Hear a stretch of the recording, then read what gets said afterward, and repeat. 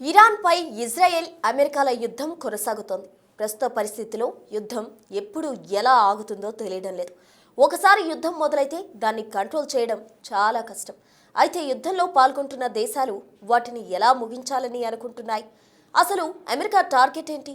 ఇరాన్లో నాయకత్వం మార్పా, లేక ఆయిల్ బావులపై ఆధిపత్యమా, లేక పశ్చిమాసియాలో చైనా రష్యాలకు పట్టు దొరక చేయడమా?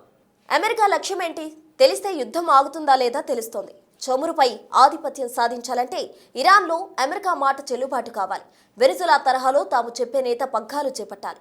ప్రస్తుతం ఉన్న సిచ్యువేషన్ అమెరికాకు సాధ్యమేనా అనే ప్రశ్నలు వస్తున్నాయి. ఇరాన్ మిసైళ్లతో పాటు అణు కేంద్రాలను నాశనం చేయడం తమ టార్గెట్ అని ట్రంప్ ప్రకటించారు. అమెరికా, ఇజ్రాయెల్ కలిసి ఇరాన్ ప్రభుత్వాన్ని బలహీనపరచగలవని ట్రంప్ భావిస్తున్నారు. ఇరాన్ ప్రభుత్వం ఎంత లొంగకపోతే అంతగా దెబ్బతింటుందని ట్రంప్ హెచ్చరించారు. తమ పని పూర్తి కాగానే ప్రజలు వీధుల్లోకి వచ్చి ప్రభుత్వాన్ని స్వాధీనం చేసుకోవాలని ఇది వారికి వచ్చిన అవకాశమని ఆయన అన్నారు. అమెరికా ప్లాన్లో భాగంగా బాంబు దాడిలో ఖమేనీ చనిపోయిన తర్వాత ఇరాన్ ప్రజలు సంబరాలు అంటూ సోషల్ మీడియాలో వీడియోలు చక్కర్లు కొట్టాయి. కానీ కాసేపటికే ఖమేనీ మృతికి ఇరాన్ వాసుల నివాళి వీడియోలు వచ్చాయి. దీంతో ఇరానీ వాసుల సంబరాలు తక్కువే అని తేలిపోయింది. ఇరాన్ ప్రభుత్వాన్ని ప్రజలే మారుస్తారని ట్రంప్ ఆశపడుతున్నారు. కేవలం బాంబు దాడులు, నేతలను చంపడం ద్వారా ఇరాన్లో తిరుగుబాటు రావడం అసాధ్యమే. అమెరికా దాడులు ఎదుర్కొనేందుకు ప్రస్తుతం ప్రభుత్వాన్ని నడిపిస్తున్న వారు అజ్ఞాతంలో ఉంటూ మరిన్ని క్షిపణులు ప్రయోగించే అవకాశం ఎక్కువ. ఇరాన్ సుప్రీం లీడర్ ఖమేనీ ఇప్పుడు లేరు.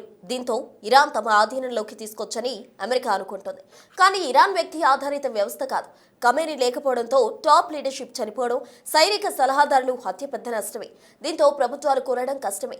50 ఏళ్ల కిందట యుద్ధాలు, హత్యలు తట్టుకునేలా వ్యవస్థను ఖమేనీ రూపొందించారు. సిరియా, లిబియా దేశాల్లో అసద్, గడాఫీ కుటుంబాల పాలనే ఉండేది. అసద్ దేశం విడిచి వెళ్లగానే, గడాఫీ హత్యకు గురికాగానే ఆ ప్రభుత్వ వ్యవస్థలు కూలిపోయాయి. ఇరాన్ గవర్నమెంట్ సంక్లిష్ట రాజకీయ, మత సంస్థల భావజాలంపై ఆధారపడి ఉంది. ఇది యుద్ధాలు, హత్యలు తట్టుకునేలా నిర్మితమైంది. అది కూలిపోదని కాదు, కానీ ఆ వ్యవస్థను కూలగొట్టడం చాలా కష్టం. ఇరాన్కు బలమైన రక్షణ వ్యవస్థ ఉంది.